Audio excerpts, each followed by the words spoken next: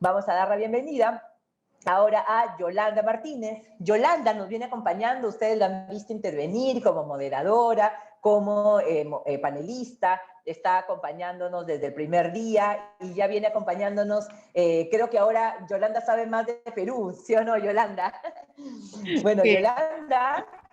Sí, Yolanda es una persona a la que admiro de manera personal, es una profesional a la que admiro por todo lo que logró en el gobierno cuando estuvo a cargo de la Estrategia Nacional Digital de México. Y si podemos poner un poco el perfil de Yolanda, básicamente quisiera resaltar este conocimiento que ella tiene con respecto a la estrategia digital de México, lideró la implementación de la plataforma digital go.mx. Solo para comentarles como anécdota, cuando conocí a Yolanda, que fue alrededor del 2018, si no me equivoco, estábamos en una reunión breve antes de entrar a un CADE digital. Recuerdo que estuvimos también con Uruguay, José Clastorri no pudo venir a Perú, pero estuvo Diana, y estuvimos también con el gobierno de Chile.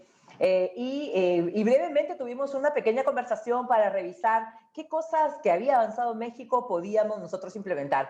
Y bueno, comenzamos a trabajar en go.p, todo lo que ustedes han visto hoy que hemos avanzado es también parte de la inspiración de nuestros amigos de México, de Chile, de Uruguay. También vamos a escuchar a José mañana en esa presentación.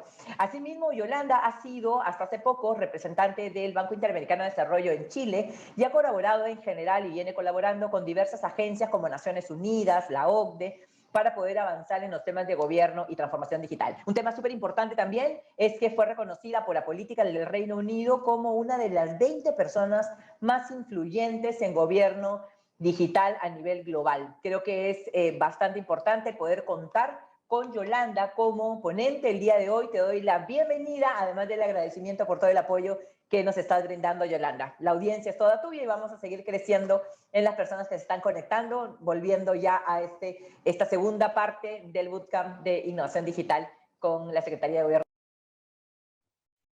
Muchas gracias, Marushka. Muy buenas tardes a todas y a todos. De verdad que es un enorme privilegio poder compartir con ustedes una temática que es clave en todo el proceso de diseño de servicios, que es trabajar con componentes reutilizables. A lo largo de estos 2 días, yo en lo personal he aprendido muchísimo y llevo dedicándome a esto toda mi carrera profesional, y la magia es que siempre podremos aprender. Así que este espacio de codiseño, de generar redes, de conocer qué se está haciendo en otras partes del mundo, pero también qué se está haciendo en Perú a través de go.p y de la Secretaría de Gobierno Digital, es algo que permite fortalecer, acelerar los procesos de innovación, y me entusiasma muchísimo, Marushka, ser parte de tu equipo. Muchísimas gracias por la invitación a compartir. Voy a compartir pantalla y agradecería si me confirman. Ahí. Ok, bueno, durante este bloque me voy a permitir compartirles con una experiencia muy práctica cómo los componentes reutilizables nos ayudaron en todo el proceso de diseño de servicios en el marco de la Estrategia Digital Nacional de México. Como Marushka lo compartió, tuve el enorme privilegio de formar parte de un gran equipo que trabajamos por hacer de la transformación digital una política de Estado. Aquí les voy a compartir los aspectos más relevantes de esa experiencia, que son muy similares a los que hemos aprendido esta mañana con Brasil, ayer con el equipo de servicios digitales del Perú y lo que nos presentó Silvana en go.p, lo que aprenderemos mañana y el viernes, perdón, con José y con Sim Sikut de Estonia. Verán que los desafíos son muy similares y lo más importante es que todos podemos aprender de las mejores prácticas a nivel internacional. ¿Y por qué tan relevante este bootcamp? ¿Por qué tan importante hablar de transformación digital como política de Estado? Contextualicémonos que estamos a un año de haber enfrentado una pandemia en la era moderna y que hoy estamos aquí, más de 4,000 personas inscritas, en esta sesión puntualmente más de 6,000 personas participando de diferentes partes del mundo, de diferentes regiones del Perú, y podemos hacerlo gracias a que tenemos internet. Podemos hacerlo gracias a que en el Perú desde hace muchos años se reconoció el valor de la agenda digital como una política de Estado. Se creó la Secretaría, se creó el Sistema Nacional de Transformación Digital, se creó go.p como único punto de acceso digital. Y si todos viéramos los millones de transacciones que ha tenido go.p diagonal coronavirus, que además nos enseñaron en los workshops de ayer todo el proceso de codiseño de esa sección para poder comunicar, adecuadamente qué deberían de estar haciendo las personas en las diferentes etapas de la pandemia. Hoy, no tener internet reduce significativamente las oportunidades de desarrollo de las personas. Y este mapa muestra una gran realidad. Es mucho el avance, es sumamente meritorio lo que hemos logrado como mundo, pero aún tenemos una brecha bastante importante, no nada más en cobertura, sino también en uso y apropiación. Este mapa muestra en diferentes colores cuál es el nivel de crecimiento económico de las diferentes regiones en el mundo. Entre más intenso es el color rojo, es más el Producto Interno Bruto de ese país. Si nosotros vemos países como América del Norte, es un rojo muy intenso. Si vemos a países europeos, es un rojo muy intenso. Pero si nos vamos a nuestra región de América Latina y el Caribe, vemos que hay asimetrías bastante importantes. Los países del sur, que tienen una cobertura de alrededor del 73% de acceso a Internet, pero también un desarrollo desde el punto de vista económico medio. Si nos vamos a Centroamérica, vemos que la cobertura es apenas del 63%, y si nos vamos al Caribe, vemos que el acceso a Internet solamente ha llegado al 51% de la población. ¿Qué están haciendo esos niños que hoy no tienen Internet a más de un año de la pandemia? ¿Cómo se le informó a todas las personas cuándo había que quedarse en casa o cuándo estaba disponible un subsidio o una ayuda económica si no tenían acceso a Internet? Hay muchos que no concebimos nuestro día a día sin algo tan importante como acceder a información o acceder a servicios. Y ahí hay un gap en el que es importante que todas y todos los que estamos aquí presentes tengamos en cuenta. Si bien ha habido un gran avance en materia de inversión de infraestructura, lo cierto es que también uno de los grandes desafíos en nuestra región es el capital humano. Y por eso el entusiasmo que nos da de ver tan activa participación en un bootcamp que lo que busca a través del Laboratorio de Gobierno y de Transformación Digital, generar y compartir conocimientos, mejores prácticas a funcionarios y funcionarias públicas de todas las regiones del Perú, de universidades, de institutos técnicos, como nos han compartido a través de las diferentes participaciones, porque lo digital llegó para quedarse. Ya no hay lo digital y lo digital, y entre más compartamos, entre más capacitemos a nuestros equipos de trabajo, entre más acceso tengamos a herramientas. Me encanta ver el interés que hay de todas y de todos de preguntar, oye, ¿dónde puedo leer más? ¿Dónde puedo encontrar más información? ¿Van a estar disponibles las presentaciones? Eso denota el interés que este tema tiene para la agenda pública y el impacto que esto se traduce en mejores servicios a la ciudadanía. Y esta gráfica demuestra el desafío. Si bien todavía tenemos una brecha importante en materia de conectividad, habrá que reconocer que nuestros gobiernos históricamente han invertido en infraestructura, que es esta línea azul, esto se llama índice de digitalización, pero han invertido muy poco en materia de desarrollo de capital humano, que es esta línea rosita. Por eso, actividades como esta, iniciativas como Aprende en Casa, muchísima relevancia de cómo ha hecho las instituciones educativas para que a un año poder mantener lo mejor posible los sistemas educativos en la virtualidad, pero el camino y el desafío es mucho hacia adelante. En el marco de por qué la transformación digital como política de Estado debe de ser una máxima prioridad, este mapa me gusta mucho mostrarlo porque nos da una radiografía de cómo está la región de América Latina y el Caribe en cuanto a qué países tienen una agenda digital o un sistema nacional de transformación digital, como es el caso del Perú, una ley, un reglamento, una instancia responsable, como es la Secretaría de Gobierno Digital al frente de Marushka, y de 26 países, por ejemplo, prestatarios del Banco Interamericano de Desarrollo, únicamente 16 tienen una agenda digital vigente como parte de su mecanismo de planificación, publicada en un diario oficial con mandato legal. Únicamente 12 de 26 países prestatarios tienen una estrategia nacional de ciberseguridad. Si me voy a aspectos más específicos como las tecnologías emergentes, vemos que únicamente 6 países en la región han publicado o están en el proceso de diseño de una política nacional de inteligencia artificial. Pero la buena noticia es que Perú, aquí se los marqué, está vigente en todo. Y es un gran reconocimiento porque es algo que se construye en equipo, con muchísima sinergia y muchísima colaboración en beneficio de las personas. Otro gran desafío, pensando en lo importante que es la reactivación económica en el marco de pospandemia, es cómo podemos utilizar la tecnología para hacer mucho más fácil abrir un negocio, poder crecer mi negocio, sacar un permiso de construcción. Y hay un índice que mide el Banco Mundial cada 2 años que se llama el índice de facilidad para hacer negocios. Mide más de 180 economías en el mundo. Y lo que es importante aquí es, no hay ningún país de América Latina y el Caribe dentro de los 50 primeros lugares del ranking.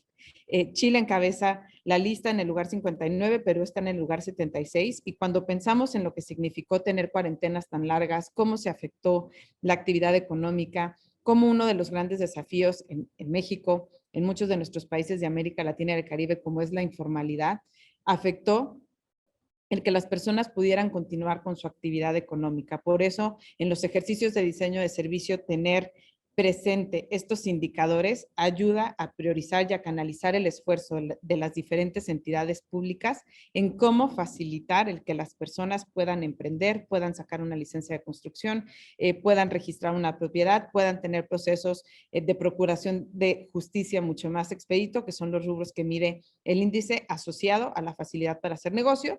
Y cuando es fácil emprender, también es fácil generar empleo y generar economía.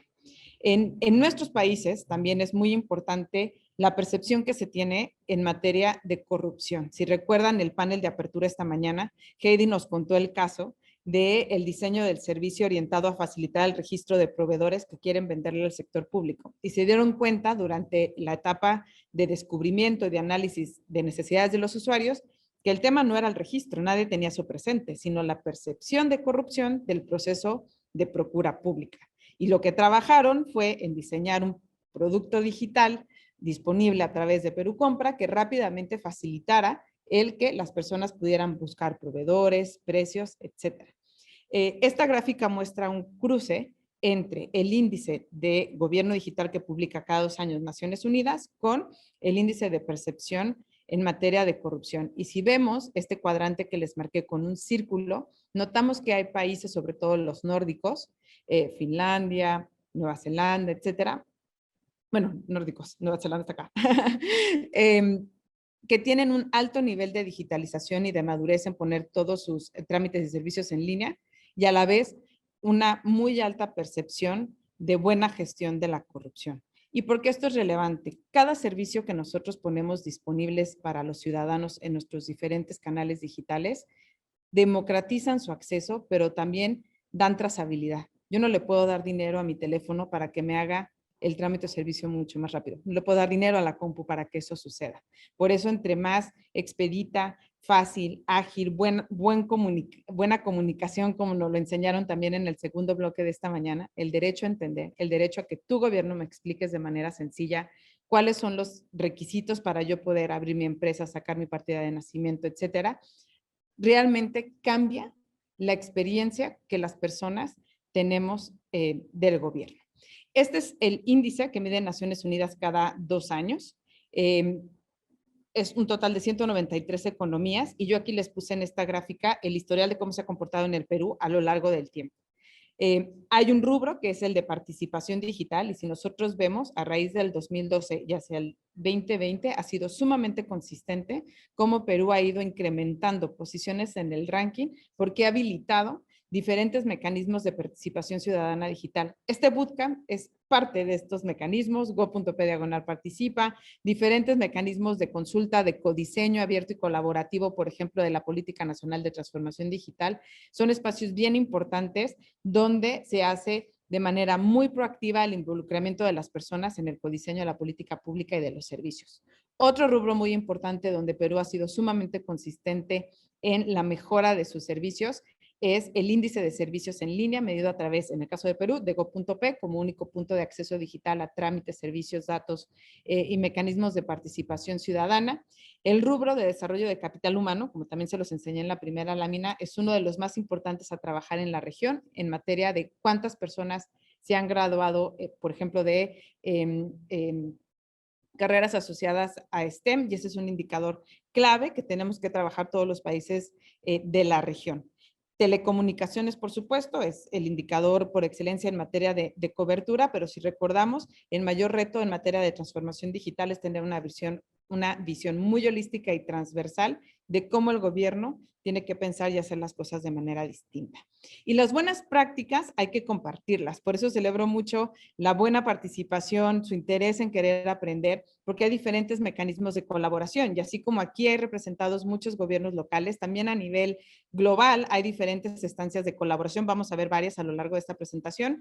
Les mostré una que ha sido muy consistente en cómo ha ido sumando países que comparten los mismos principios, que es la red de naciones más avanzadas en materia de digital. Y justamente marqué con rosa aquellas experiencias que hemos tenido oportunidad de conocer en este bootcamp. Puntualmente Uruguay, Estonia, México, y esperamos que próximamente Perú esté aquí porque tiene todos los elementos para hacerlo. Ahora me voy a concentrar en el caso de México. Y primero, bueno, somos un país de 125 millones de habitantes. Somos un país federado, es decir, tenemos 32 entidades federativas, cada una independiente para regular en materia de prestación de servicios y de muchos elementos que son importantes en el diseño de servicios centrados en los usuarios. Somos el 8º país más visitado del mundo. Espero que muchas y muchos de ustedes hayan tenido la oportunidad de visitar México. Las que no han podido, en definitiva, les garantizo una de sus mejores experiencias. Yo he tenido la fortuna de visitar Perú y me encanta la comida en Lima. Machu Picchu creo que es un referente para nuestros países en América Latina. También he tenido la fortuna de estar ahí. Somos la 15ª economía del mundo, la segunda más importante en América Latina y el Caribe, y a nivel de administración pública, en el nivel central, somos 299 entidades. Tenemos 68 lenguas indígenas oficiales y lo menciono mucho por el tema de inclusión a la hora de estar diseñando servicios digitales, pero con un gran desafío que es un común denominador en nuestros países, que es la desigualdad. 43.5% de nuestra población vive en pobreza.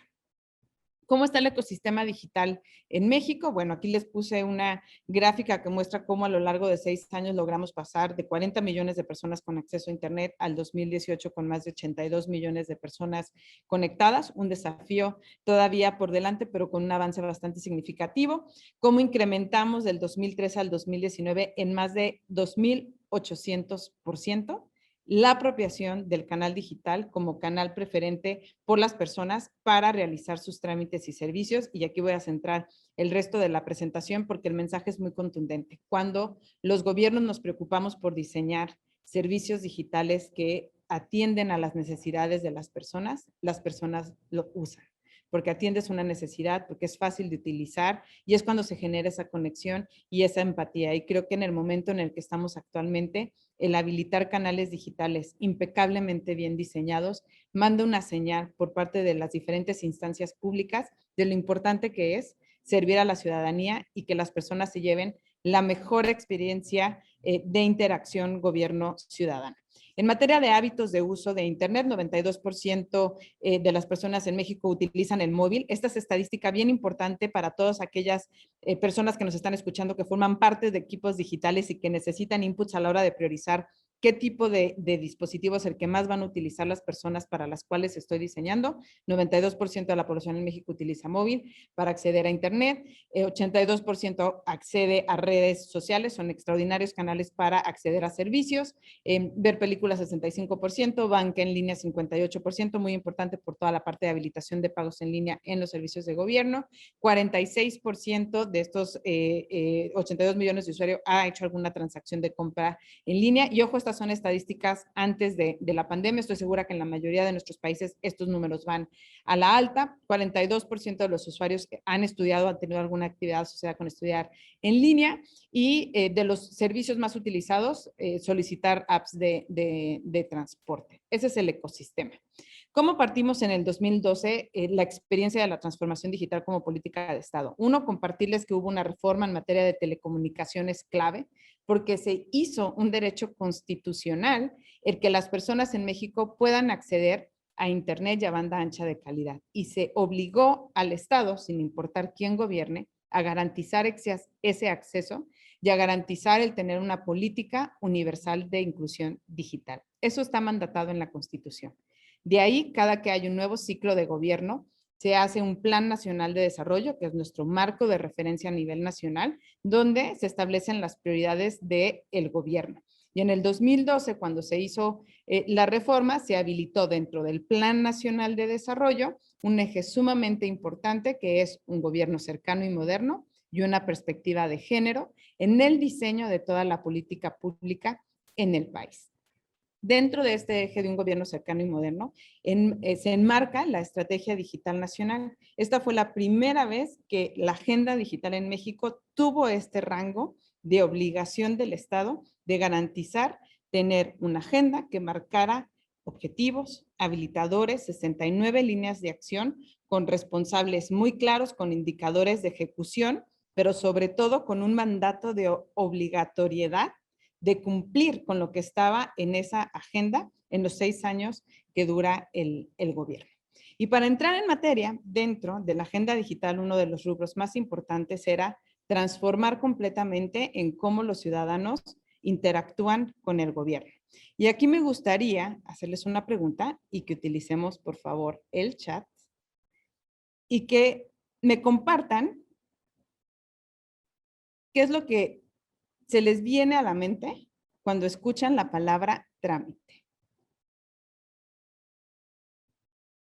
Voy a ir leyendo. Demora, día perdido, demora, engorroso, mucho papeleo, gestión, burocracia, Por Dios. pérdida de tiempo, Sí. papeleo, Muchos papeles. mucho papel, estrés. Totalmente, totalmente. Ay, no, hasta allá, no para el chat, no para el chat, dolor de cabeza, mucho tiempo, mejor no, corrupción, flojera, pérdida de tiempo, estrés, desinterés, colas, contagio, riesgo. Efectivamente. Y me voy a permitir compartirles una foto en mi siguiente lámina. Y estoy segura que esta foto representa muchas oficinas en el sector público en diferentes países de América Latina y el Caribe. Yo aquí les puse 2. Una, donde al menos había sillas, y un mecanismo muy innovador que se llama pon tu chancla. Entonces llegas, pones tus chanclas, tus zapatos, y vas y te sientas y esperas a que te llamen. Si la oficina no tiene dónde sentarse, entonces haces largas filas para ser atendido. Y en México, el Instituto Nacional de Estadística mide cuánto cuesta la corrupción en trámites y servicios a nuestra productividad y a nuestra economía. Y dentro del grupo de servicios que más afectan desde el punto de vista de competitividad, encontramos que la corrupción sí se puede medir. Y nos cuesta, en el caso de México, 7,000 millones de pesos al año. Eso quiere decir que es el 0.4% de nuestro Producto Interno Bruto en un grupo muy específico de trámites y servicios vehiculares, es decir, si te para un tránsito puede que te pida dinero. Educación pública, si yo soy un doctor y quiero operar, necesito una cédula profesional, antes de una tarjeta, les voy a mostrar ahorita cómo rediseñamos ese servicio.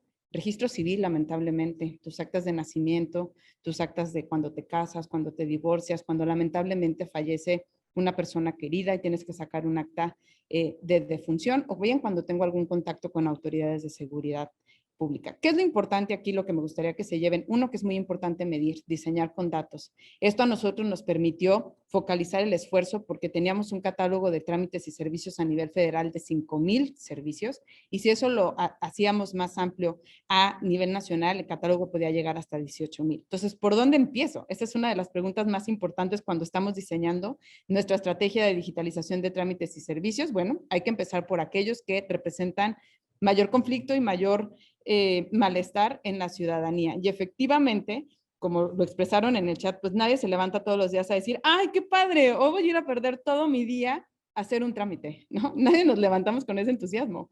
Vas y si resulta que está cerrado o se cayó el sistema, tú ya no pudiste hacer muchas otras gestiones porque además resulta que tengo que ir a una oficina a pedir un papel, porque en realidad el trámite que yo quiero hacer lo tengo que ir a hacer a otra oficina que me pide el papel al cual fui en la mañana, y eso todavía pasa hoy en pleno siglo XXI. La buena noticia, como lo hemos visto con ejemplos como go.p y como go.pr, y como lo veremos con Estonia y como lo veremos con Uruguay, es que esto puede y debe de ser diferente. Y eso fue lo que nos propusimos cuando creamos Gov.mx, como un espacio, como el único punto de acceso digital para que las personas pudieran acceder a sus servicios tan básicos como el acta de nacimiento, que es un documento indispensable para acreditar mi identidad, para poder acceder a información, y disfruté muchísimo el workshop de escritura orientada a experiencia de usuario, todos los ejemplos que nos pusieron de error y de no orientar. Imagínense las personas, el estrés que viven cuando fallece un familiar y cuando no entienden cuál es el procedimiento para sacar un acta de defunción, y si no tienes el acta de defunción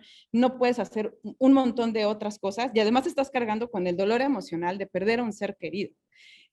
Esta empatía, ese ponernos en el zapato de las personas es lo que realmente nos hizo revolucionar nuestra visión de cómo deberíamos servir. Y nos pusimos a ver muchas mejores prácticas en el mundo, porque algo que también se ha dicho mucho en estos workshops es no reinventemos la rueda.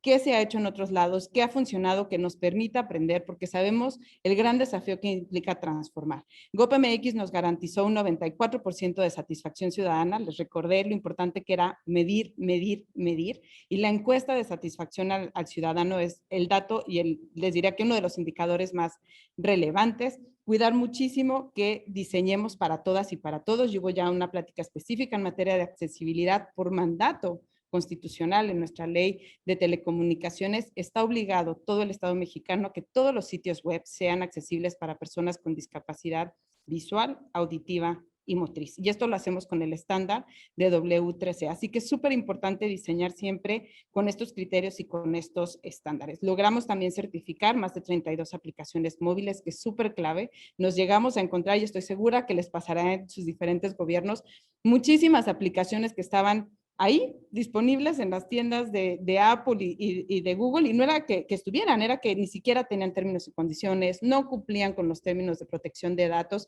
y todo eso es muy fácil de estandarizar cuando tenemos una estrategia, un estándar de servicios digitales que permita canalizar la buena iniciativa que tienen las instituciones de cambiar la manera en cómo sirven a las personas, pero asegurando que cumplimos con la normatividad adecuada, pero sobre todo que brindamos la mejor experiencia para las personas. Por eso tan importante todo lo que hemos aprendido de experiencia usuario, de hacer focus group, de probar nuestros servicios, para poco a poco ir haciendo esto escalable. ¿Cómo llegamos a pasar de estas filas a esta experiencia digital? Bueno, uno, el ordenamiento jurídico es súper clave. A mí me encanta todo lo que Perú ha estado haciendo en materia de Sistema Nacional de Transformación Digital, la Ley de Gobierno Digital, el reglamento que se acaba de emitir, que es sumamente robusto en justamente orientar el esfuerzo de las diversas entidades y niveles de gobierno en el cómo. En el caso de México, GOP-MX emana de un decreto presidencial que justamente lo que dice es: todas las dependencias y entidades del Estado deben orientar en un único punto de acceso toda la información relativa al gobierno, trámites y servicios, mecanismos de participación, deben de ser interoperables, que es algo que también se ha estado comentando en muchos de los workshops, y uno de los componentes reutilizables más importantes es justamente la interoperabilidad, y uno de los ordenamientos más clave debe de hacerse con los mismos recursos que las entidades de gobierno ya cuenten. Es decir, no era un tema de no invertir en tecnología, sino de cómo reorientamos la inversión que se estaba haciendo. En vez de tener 5,000 sitios diferentes, mejor echarle todos los kilos a tener un CMS que cumpliera con muy fácil creación de contenido para que las personas puedan ejercer su derecho a entender, ¿no? Todo lo que les estoy pidiendo de requisitos, hacer accesible todo mi diseño en materia de usabilidad. Si quisiéramos que esos 5,000 sitios de gobierno cumplieran con todos estos criterios, es costoso y lleva tiempo, pero si canalizamos todo ese esfuerzo en un CMS centralizado, por eso la importancia de los componentes reutilizables, es muy distinto, porque entonces las entidades de gobierno se concentran en lo importante: comunicar de manera fácil, accesible, en un lenguaje ciudadano, mientras que un equipo core efectivamente se dedica a que ese CMS sea lo suficientemente robusto y escalable para estandarizar la experiencia digital de las personas.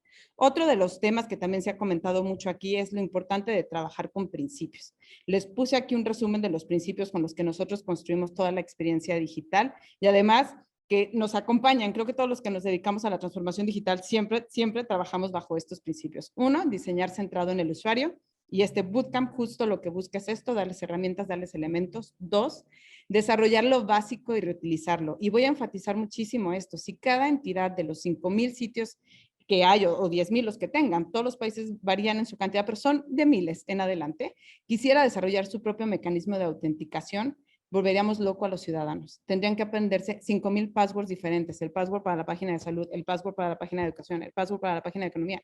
No da, no da, porque además tienen las personas que aprenderse el password del Facebook y el password de no sé qué y el password de no sé qué.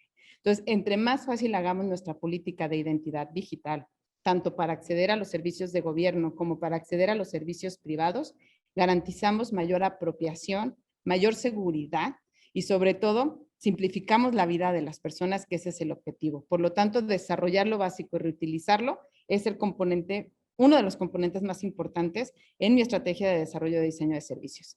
Diseñar con base en datos, súper relevante. ¿Cuál es el trámite y servicio que tiene la mayor frecuencia? ¿Cuál es el que más se quejan las personas? Salir a preguntarle a los usuarios, nos enseñó Mauricio muchísimas técnicas de las que usan en el equipo de Go.p, datos, datos, datos. ¿Cuál es el índice de satisfacción ciudadana? ¿Cuál es el análisis de sentimientos? ¿Qué se está diciendo en las diferentes redes sociales de la nueva versión que acabamos de liberar? Hacer el trabajo difícil para que sea muy fácil para el usuario. El gobierno requiere de muchísima coordinación y de cambiar el paradigma. Antes era como, bueno, ¿quién quiere hacer el trámite? ¿Usted o yo? ¿Quién quiere abrir la empresa? Ah, bueno, pues entonces tráigame el certificado A, el certificado B, el certificado C. Cuando, oye, es alguien que quiere emprender, es alguien que tiene un sueño de hacer cosas increíbles y en vez de facilitárselo, se la hacemos cansada.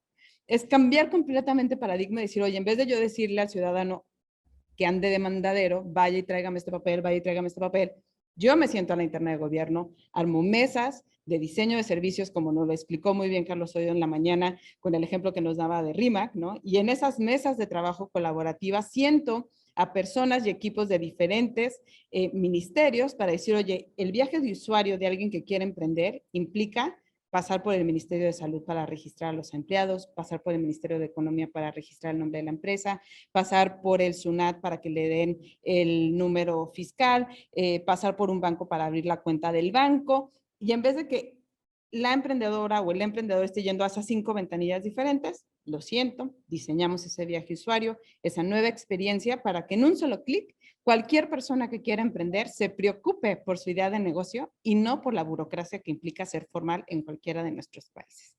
Diseñar para todos, creo que fue muy claro el mensaje y el workshop que tuvimos en materia de inclusión digital. Diseñar centrado en la seguridad, súper clave. La era digital trae muchos riesgos, pero los riesgos no deben de ser un impedimento para innovar y para diseñar servicios centrados en las personas. Lo que sí tenemos que hacer es mitigar esos riesgos, tener nuestros comités, habilitar nuestros CERTs, certificar a todas nuestras funcionarias y funcionarios para saber cómo proceder ante posibles ataques, diseñar siempre pensando en la protección de los datos, diseñar servicios de la A a la B, cuál es la experiencia del usuario, y si intervienen 25 entidades públicas, muy bien, hay que sentarnos esas 25 entidades públicas a que cualquier servicio que quiera acceder una persona lo haga en un clic. Trabajar con metodologías ágiles, esto es algo que hemos visto bastante durante estos 2 días y nos quedan todavía otros 2.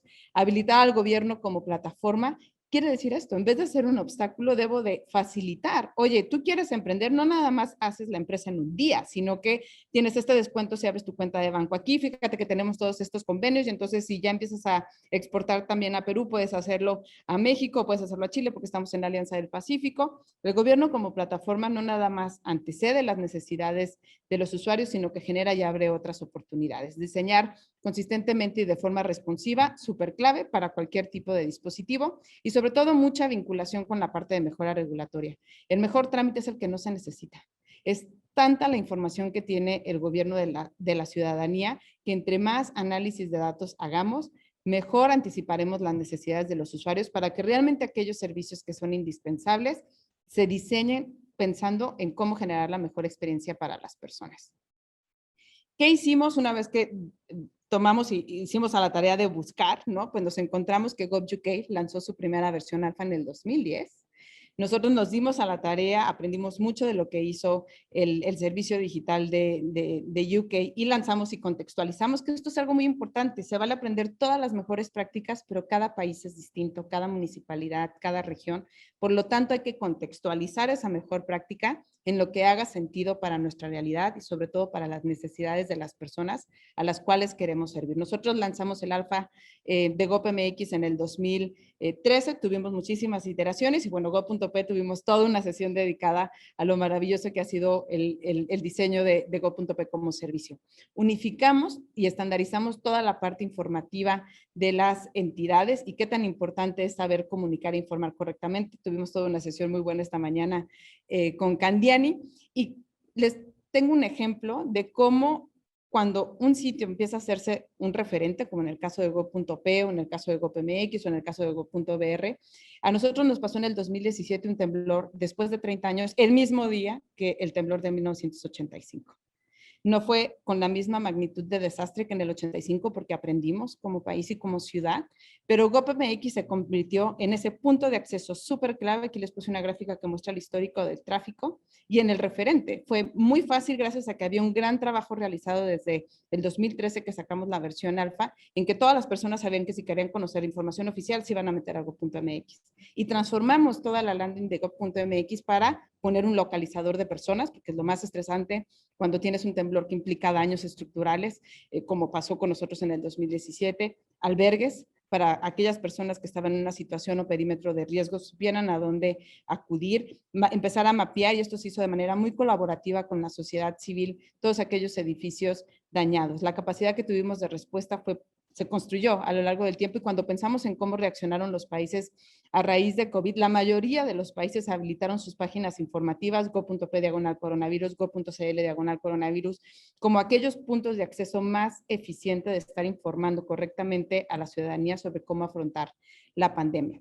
¿Cuál es el componente reutilizable por excelencia en materia de comunicación digital? Un solo CMS impecablemente bien diseñado. Teníamos sprints diarios. Si quisiéramos que estas buenas prácticas se replicaran en las más de 5,000 páginas que nos encontramos, no hubiera dado ni los tiempos ni los recursos para hacerlos, pero si concentramos el esfuerzo en construir un CMS muy fácil de entender, muy fácil de constantemente estarle haciendo mejoras, entonces sí, podemos unificar la experiencia de las personas y hacer mucho más rápido que cualquiera que necesite cualquier tipo de información pueda accederlo de manera eficiente. Entonces, uno de los componentes reutilizables más importantes, el CMS. Otro de los marcos jurídicos que también habilitaron el diseño de servicios digitales a gran escala es un estándar. Y también de aquí hemos conversado muchísimo en las preguntas y respuestas. Cada que estandarizamos algo, agilizamos el despliegue de cualquier servicio. En el caso de México, nosotros publicamos el estándar de servicios digitales en el 2016 y en ese estándar explicábamos a todas las entidades públicas cuál iba a ser el proceso para planificar qué servicios se iban a digitalizar bajo el estándar de Go.p y orientábamos a través de ese estándar cómo integrar a tu equipo de trabajo. Lo aprendimos en estos 2 días, qué importante es tener diseñadores, quien escriba contenido con lenguaje ciudadano, por supuesto también un muy buen equipo técnico en materia de diseño web, de seguridad de la información, pero también quien nos trajera la perspectiva sobre todo de qué necesitaban las personas respecto del servicio que estuviéramos diseñando. Estandarización, facilitar. La siguiente sesión, me encanta porque uno de los componentes reutilizables que más he disfrutado en el Perú es Facilita. Se pudieron registrar a este workshop a través de un formulario de Facilita, se van a poder registrar para la red de innovadores que se lanza el viernes a través de Facilita. Entonces es un componente reutilizable, como su nombre lo dice, que acelera rápidamente poner en línea muchísimos servicios. En el caso de México, los estándares que nosotros publicamos cubrían cómo debería de ser nuestra ficha ciudadana, cómo deberían de verse aquellos formatos que a lo mejor todavía no estaban en web, pero que era importante que también estuvieran estandarizados en tanto transicionaban a web. Cómo deberían de verse los formularios web, cómo deberían de verse las aplicaciones móviles y sobre todo también cómo deberíamos de publicar la encuesta de satisfacción ciudadana. Como les compartí, es uno de los elementos más importantes recibir retroalimentación. Y me gusta mucho poner un ejemplo de qué tan clave es esto de los estándares, ¿no? Estoy segura que muchos de aquí han utilizado algún tipo de aplicación para transporte. Yo puse el ejemplo de Uber. Y por ejemplo, si yo estoy aquí en Guadalajara y necesito trasladarme a mi casa, que es su casa, pido un Uber sin ningún problema, no me pide que me lo guíe, no me pide una tarjeta de México. Si mañana regreso a Chile y necesito trasladarme del aeropuerto a donde vaya, prendo la aplicación Uber, no me pide que me lo guíe, no me pide una tarjeta de crédito de Chile, el servicio funciona exactamente igual, no importa en qué ciudad esté, si voy a Cusco, si voy a Piura, donde esté, el servicio funciona exactamente igual. Solo tuve que aprender una vez cómo dar de alta mi cuenta, ¿qué quiere decir esto del chofer? ¿Qué quiere decir esto de tiempo de espera? ¿Qué quiere decir lo mensajeo? ¿Le llamo? Esa curva de aprendizaje, una vez que ya la superé, el servicio funciona exactamente igual en cualquier parte del mundo que yo use la aplicación. Y ese es el gran desafío que tenemos en el gobierno, de unificar la experiencia digital para que las personas efectivamente tengan la mayor satisfacción a la hora de estar interactuando con los diferentes servicios públicos de las entidades. Así que un mensaje súper clave en este proceso es estandarizar, estandarizar, estandarizar. Una vez que tengo un estándar, también tengo que orientar el trabajo en las pruebas. Mi experiencia digital tiene que ser impecable. Creo que no hay mayor frustración que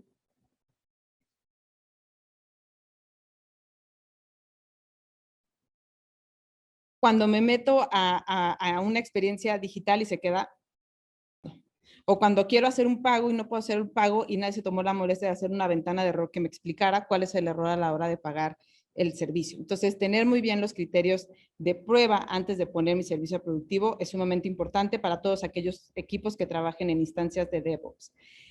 ¿Cómo voy a lanzar mi servicio? Muy importante. Todo este trabajo que implica digitalizar el servicio es igual de importante que el evento de lanzamiento donde las personas ven por primera vez que ya pueden sacar su acta de nacimiento en un minuto o que ya pueden constituir su empresa en unas horas, cuando antes implicaba ir con un notario, o que ya puedo solicitar mis calificaciones de la escuela sin tener que ir a la junta en determinado día. Y después, por supuesto, evaluar y mejorar.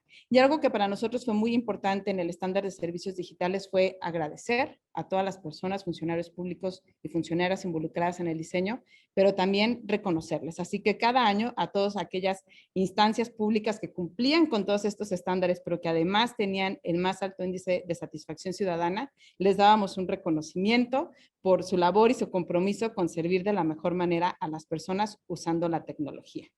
Dentro de nuestro estándar teníamos componentes reutilizables que son clave. Uno, la gráfica base de GoPMX, que cualquier nuevo sitio que surgiera pudiera perfectamente diseñarse y tener la misma imagen. Un catálogo nacional de trámites que hiciera muy fácil el ejercicio de nuestra planificación anual. ¿Qué servicios, para qué mes?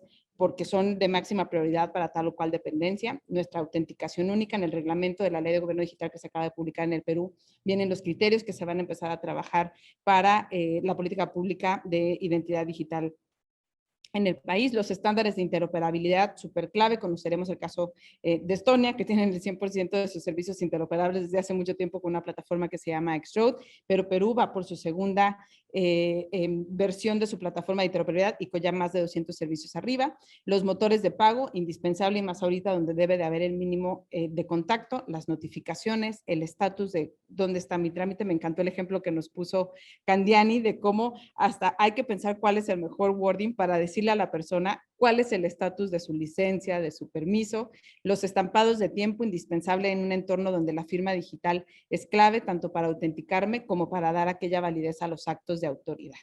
¿Cómo se traduce esto ya a la hora de trabajar con los equipos? Bueno, uno, tenemos que tener muy claro un canal para canalizar todos los requerimientos de negocio, planificar nuestros sprints, tener muy claras nuestras plataformas, nuestros CMS contenido, SECAN en el caso de nuestra plataforma de datos, nuestros componentes reutilizables, mejorarlos constantemente, cómo se integran y sobre todo focalizar el esfuerzo y priorizar en dos plataformas core, que en nuestro caso era GoPMX y datos.gov.mx.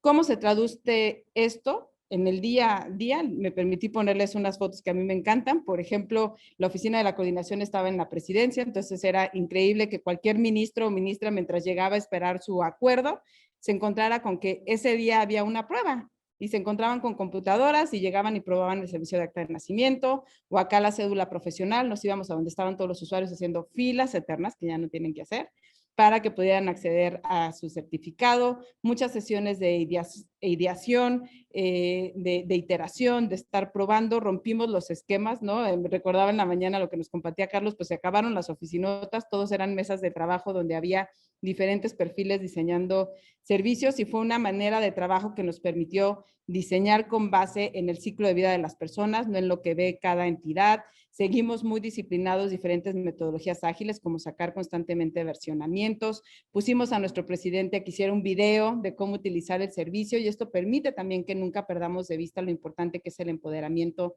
de las autoridades. Y el resultado aquí está, cuando las personas ven atendida una necesidad, como es en el caso de México, les puse aquí el acta de nacimiento en línea, te evalúan y te evalúan bien y también lo agradecen.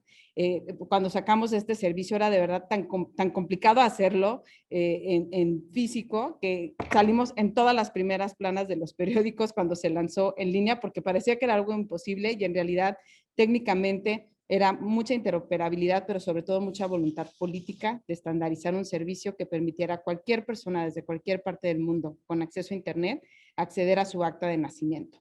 Tuvimos más de 3 millones de actas, pero lo más importante es que ni siquiera se debería de pedir, porque también se habilitó todo un servicio web que poco a poco fue migrando, ¿no?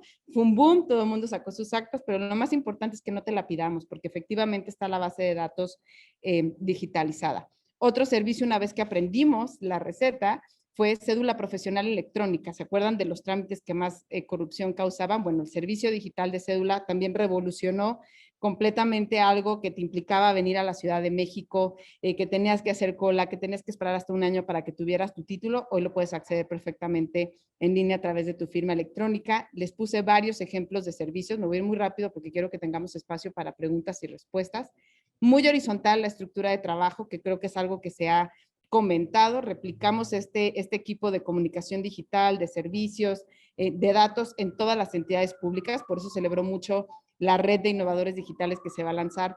Mucha capacitación, mucha formación. Nosotros teníamos muchísimos talleres. Ayer que estaba armando esta presentación y vi esta estadística, se las dejé tal cual, porque en el 2018 teníamos, por ejemplo, 1000 sesiones presenciales y 763 virtuales. Hoy es todo lo contrario. Creo que hoy nadie imagina una sesión de capacitación presencial. Si lo hubiéramos querido tener, no hubiéramos tenido la capacidad de meter a 1200 personas a una sala, o a lo mejor sí, pero no hubieran podido venir todos de las diferentes regiones que hoy están aquí conectados. Pero el mensaje es capacitar.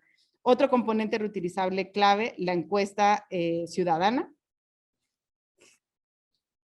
Aquí les puse el ejemplo, era la misma encuesta para los más de 5,000 servicios, muy intuitiva, una carita, te sentiste bien, te sentiste más o menos, te sentiste mal, nos recomendarías, no nos recomendarías, y lo importante son los datos agregados respecto de la satisfacción del usuario y sobre todo estas estadísticas compartirlas en nuestros diferentes comités e instancias de gobierno, mucha medición, oye, ¿cuántos servicios llevamos ya con el estándar de ficha? ¿Cuántos servicios llevamos ya con el estándar de formatos, con firma electrónica, con identidad digital? Esta data era clave para la toma de decisiones, literal les puse aquí un screenshot de nuestra presentación, por ejemplo, en una sesión de la Comisión Intersecretarial que tuvimos en el 2017, pero para mostrarles cómo todas las sesiones de trabajo siempre tenían datos, ¿no? Teníamos planificado mensualmente cuántos fichas de trámite íbamos a liberar, cuántos formatos web íbamos a liberar. Y aquí estaba, por ejemplo, en febrero del 2018, la ola 26, liberamos 125 fichas de servicio estandarizadas, liberamos 121 secciones de más información, liberamos 26 servicios transaccionales y llevábamos aquí la cuenta y cada mes teníamos reuniones de trabajo a nivel directivo, pero todos los días teníamos sesiones de acompañamiento con las diferentes entidades para que realmente pudiéramos cumplir este plan. Entonces, otro mensaje muy clave es hay que tener un equipo, hay que tener buena normatividad, pero también muy buena estrategia de acompañar, de decirle a la entidad, oye, ¿cómo te ayudo para así cumplir lo que viene en la norma? Aquí hay todos estos recursos para que hagamos accionable el que podamos tener el 100% de los servicios en línea en un determinado tiempo. Pero es muy importante esta estructura, es muy importante medir. A mí, estas gráficas nos permitían visualizar, por ejemplo, la línea rosita que ustedes ven aquí o roja, era servicios transaccionales digitales. Entonces, la meta era que justo esa gráfica siempre fuera a la alza y que esta barrita de arriba, que era trámites simplemente informativos, es decir, que todavía no eran transaccionales, pues fuera a la baja. Y logramos incrementar a lo largo de los 6 años 76% de servicios transaccionales disponibles en GovMX. ¿Qué es lo importante? Medir. De ahí el que diseñemos con datos. ¿Qué sigue? Y con esto cierro para abrir a preguntas y respuestas. Uno, disfrutar al máximo el potencial que nos dan las tecnologías emergentes. Si yo ya tengo GovMX, si yo ya tengo un estándar de servicios digitales, si yo ya tengo mis equipos muy bien armados, entonces puedo habilitar diferentes mecanismos para testear y experimentar con tecnología de última generación, inteligencia artificial, blockchain, robótica, realidad aumentada, pero siempre teniendo en cuenta mi estándar y que lo más importante es resolver las necesidades de las personas.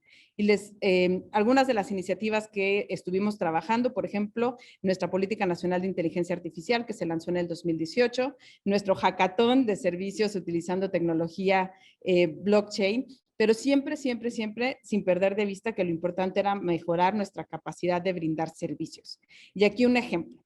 Si quisiéramos que nuestro personal de salud trabajara 24 horas, ¿es posible? La respuesta sí, pero le cuesta al Estado garantizar una atención, en este caso de seguimiento a personas embarazadas, si quisiéramos tener mayor cercanía, porque un asistente de salud trabaja normalmente de 9 a 5.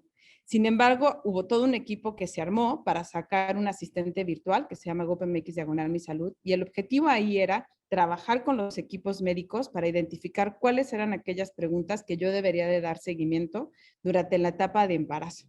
Y entonces ahí lo interesante es que ese mismo asistente de salud dedicaba su tiempo no nada más a dar seguimientos de paciente uno a la vez, sino también a mejorar el árbol de decisión del asistente virtual, pero eso implicó que esta persona del profesional en salud adquiriera nuevas habilidades, habilidades para entender cómo funciona un chatbot, la importancia de desarrollar los árboles de decisión, la importancia de detectar alertas. Oye, me llegó una alerta, quiere decir que alguien no contestó lo que debía y puede que ahí haya un foco de riesgo. Entonces, en el nuevo diseño de servicios digitales con tecnologías emergentes, y tendremos una sesión para ello mañana con un panel de lujo, ¿qué es lo importante? No perder de vista que deben complementar nuestro estándar, nuestra estrategia y sobre todo nos deben de permitir escalar. Otro ejemplo fue con la coordinación de Aprende MX, donde liberamos algunos certificados de capacitación en blockchain. La cooperación internacional importantísima, Red GEAL, tendremos todo un panel mañana con Aura Fuentes, que es la actual presidenta de la Red GEAL, los foros de gobernanza de Internet, indispensable, una activa participación en todos los niveles de gobierno, la Agenda Digital para América Latina y el Caribe, Alianza del Pacífico. Participen en los premios, creo que es un gran reconocimiento al esfuerzo de la gestión pública participar en iniciativas como WISIS, y sobre todo empoderen a sus equipos. Los equipos multidisciplinarios hay que empoderarlos, hay que darles visibilidad, hay que siempre agradecerles y reconocerles porque son los que hacen posible que hoy las personas puedan acceder a muchísimos servicios a través de un clic. Algunas referencias, porque las han pedido bastantes, yo les puse aquí dos: Código para el Desarrollo, que es una página del Banco Interamericano de Desarrollo con muchísimas aplicaciones disponibles en código abierto, muchísimas publicaciones en español porque también las han preguntado, pero sobre todo las guías y los estándares de Go.p, el blog de Go.p, que soy fan, lo sigo en Medium, alguna bibliografía que para mí es indispensable, como el libro del fin del trámite eterno que publicó el BID, y últimamente la comunidad GovTech publicó todo un libro con diferentes experiencias prácticas, más detalles sobre componentes reutilizables está en el capítulo 7, y bueno, con esto abrimos la sesión de preguntas y respuestas. Muchas gracias. Yolanda, muchísimas gracias. Yo te voy a hacer una pregunta antes de pasar, tenemos ahí unos minutos antes de pasar a todas las preguntas que he anotado. ¿Cuántos años estuviste a cargo de la estrategia? Pareciera que fueran, no sé, 15 años de trabajo, todo lo que se ha logrado hacer y sobre todo este empuje que viene desde el compromiso, ¿no? Que puedes demostrar cuando cuentas, ya estás alejada de todo el tema de GoPMX hace un poco más de 2 años y sin embargo parece que siguieras ahí. ¿Cuál es ese secreto para mantener tan activo toda esa pasión de poder transformar el servicio público para servir mejor a las personas, Yolanda? Bueno, varias cosas. Uno, acuérdense que todos somos usuarios. O sea, yo ayer tenía que sacar mi cédula profesional, literal, en la noche. Entonces yo misma ayer estaba, ay, nos quedó súper padre. No, hubiera cambiado esto, hubiera cambiado el otro. No, los términos y condiciones nos quedaron larguísimos, los debemos de actualizar. Entonces uno nunca deja de ser usuario y eso es algo súper importante. Los periodos de gobierno en México son de 6 años, entonces tuve la enorme fortuna, y lo reitero porque es bien importante la visión y el liderazgo, ¿no? Bueno, de tener un presidente muy visionario. de empoderar a una persona que es la licenciada Alejandra Lagunes, que ya ahora es senadora, pero que fue la encargada desde el equipo de transición de armar un equipo al cual me invitó a participar. Entonces estuve a cargo de la unidad de gobierno digital, responsable literal de toda la estrategia de digitalización de servicios, y cerré la gestión siendo la coordinadora de la estrategia digital nacional. Entonces fue una experiencia de vida increíble, porque además conocí todo mi país, porque para hacer GovMX tienes que recorrerte todo tu país de arriba a abajo, conocer a diferentes equipos digitales en las entidades, que hace algo que disfruté muchísimo. Por eso celebro tan activa participación de todas las regiones en Perú, porque al final el ciudadano no distingue. Si tiene una pésima experiencia, no tienen el radar que es un gobierno A o es un gobierno. El gobierno no sirve, ¿no? O sea, nadie, cuando les hice la pregunta de qué pensaste cuando escuchas la palabra trámite, especificó, ¿no? Que era mucho lo que también decía Heide en la mañana. O sea, nadie recordaba el registro, pensaban más bien que todo era corrupto. Entonces, creo que aquí el gran desafío que se tiene es trabajo en equipo, trabajo colaborativo, muchísimo compartir experiencias y nunca dejar de ser usuario. De acuerdo, y una cosa que no has comentado, que creo que es importante porque muchas personas nos están preguntando, ¿cómo es que se llega a las poblaciones más alejadas? ¿Cómo es que logramos cerrar esta brecha de conectividad? ¿Cómo es que llevamos tecnología a lugares donde no hay servicios básicos como agua, como luz? Yo creo que tú tienes una experiencia interesante porque tú comenzaste en un gobierno local, ¿verdad? O sea, comenzaste en una municipalidad. Eso sería interesante para poder dar respuesta a estas preguntas que en realidad pues son las preguntas de todos, ¿no? O sea, ¿cómo resolvemos la brecha digital y cómo este liderazgo que has podido marcar todo este tiempo también marca tu ruta, ¿no? O sea, has comenzado en un gobierno local y cómo lo llevaste eso a nivel nacional. Totalmente. Creo que los desafíos en cuanto a experiencia digital es lo mismo. La gran diferencia es que un gobierno local es súper transaccional, o sea, súper. Las batallas se dan en los gobiernos locales en cuanto al día a día con las personas para sacar sus licencias de funcionamiento, para sacar sus licencias de construcción, para pagar servicios muy básicos, para atender los servicios de la ciudad, ¿no? Yo le tengo muchísimo respeto y de verdad un gran reconocimiento a todos los funcionarios públicos de todos los niveles de gobierno, pero de la ciudad, porque simplemente se han venido a Ciudad de México, Lima, ¿no? Que es igual de compleja y de caótica, y funcionan, ¿no? Y funcionan porque hay brigadas de funcionarios que articulan un gran trabajo, que cuando les metes tecnología impactas muchísimo la productividad y la calidad de vida de los funcionarios, pero también de las personas. Entonces, ahí también invitarlos, por eso me encanta mucho que haya gobiernos locales, porque hoy hay tantas herramientas, por ejemplo, los componentes reutilizables, que permiten a cualquier gobierno local ponerse a tendencia, simplemente bajando las guías de go.p, aplicando la gráfica base, usando Facilita, habilitando la firma electrónica. O sea, hay muchos componentes que ya están listos, que es muy fácil transformar completamente la experiencia digital a nivel local. Y a nivel central, la gran responsabilidad es pues una buena normatividad, una buena estrategia de acompañamiento, bootcamp, ¿no? Cómo habilito el que muchísimas personas puedan acceder a mejores prácticas, pero siempre mucho trabajo en equipo. Tengo entonces una pregunta alrededor de eso y que también estoy leyendo aquí en las consultas, y es ¿cómo cambiamos, o sea, cómo logramos influir de alguna manera en cambiar este pensamiento del no se puede, ¿no? De la mucha burocracia, no sé, ¿cómo comenzamos? ¿Cómo decimos a partir de hoy efectivamente vamos a avanzar en este tema de digitalización? Y tengo una última pregunta ahí nomás, solo para responder a Jorge CMS, es el manejador de contenidos, el gestor de contenidos, que hoy también ha estado en GovMX, hoy está en Gov.p. Entonces, Yolanda, ¿cómo comenzar? ¿Cómo transformar esa manera de pensar de hoy el funcionario público o del trabajador del sector privado? Bueno, lo primero que me gustaría transmitirles es, uno, un gran agradecimiento a todos los que son funcionarios y funcionarias públicas, porque 2020 ningún gobierno dejó de prestar servicios, y eso es algo bien meritorio. Nadie tuvo tiempo de pilotear irnos al teletrabajo. Simplemente llegó la pandemia y un día todo el mundo a sus casas. ¿Cómo? ¿No? Y un día, mañana sale el bono para el empleo y lo tienes que sacar ya. Olvídate de testear, pilotear, no tengo nube, no. Tienes que salir mañana porque la gente está en sus casas. Creo que eso metió como un shock positivo en demostrarnos como gobierno que sí podemos, que sí tenemos esa capacidad de resiliencia y de ayudar a nuestra gente a poder acceder a sus servicios en una situación de emergencia que muchos prevíamos que iba a durar, una semanita, aquí voy a estar encerrada. No, llevamos un año. Y lo más importante es cómo construyo respecto de eso hacia adelante mejores servicios, mejor trabajo en equipo. ¿Va a haber resistencias? La respuesta sí. Y mi invitación sería, así como siempre hay resistencias, también hay gente súper innovadora y súper pilas en todas las oficinas. Yo, en todos los lugares en los que me ha tocado trabajar, y son muchos ya a estas alturas de la vida, siempre te encuentras gente súper emprendedora con la cual hay que hacer equipo, ¿no? Entonces, hay que encontrar esa gente, hay que escoger muy bien esas cosas fáciles de ganar. Se dice quick wins, pero soy muy fan de quien está poniendo que no usemos anglicismos. Entonces, hay que buscar esas cosas que sean muy fáciles de hacer. Acta de nacimiento es un servicio que sacas en un minuto hoy.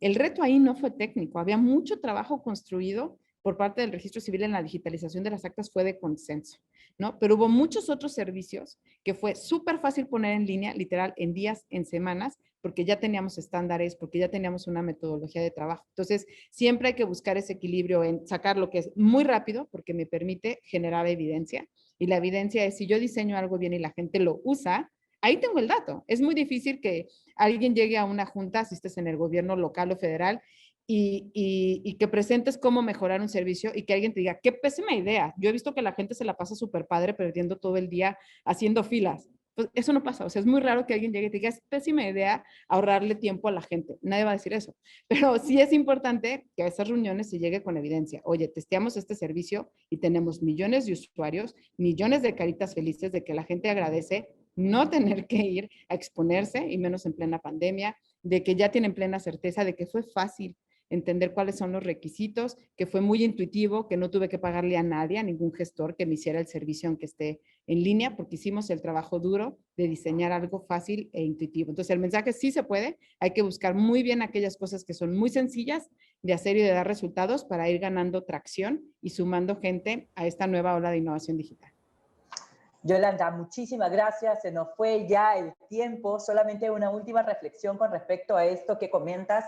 Siempre hay en los equipos personas súper innovadoras, personas que quieren ir y transformar y que no se conforman con que la frase típica de, pero siempre lo hemos hecho así. No, no, no, no. Retiremos esa frase de nuestro pensamiento y pensemos más bien que, ¿por qué no lo hacemos mejor? ¿No? ¿Por qué no cambiamos este servicio y dejamos todo lo que estaba inscrito o escrito de esta manera y sumemos a eso la experiencia de la gente? Hay servidores públicos de carrera que se pueden sumar a esta ola de innovación digital sin ninguna dificultad y que con su experiencia nos van a permitir poder sacar adelante muchísimos servicios digitales, servicios públicos que hoy necesita tanto la ciudadanía. Bicentenario del Perú, 2021. Gobierno del Perú.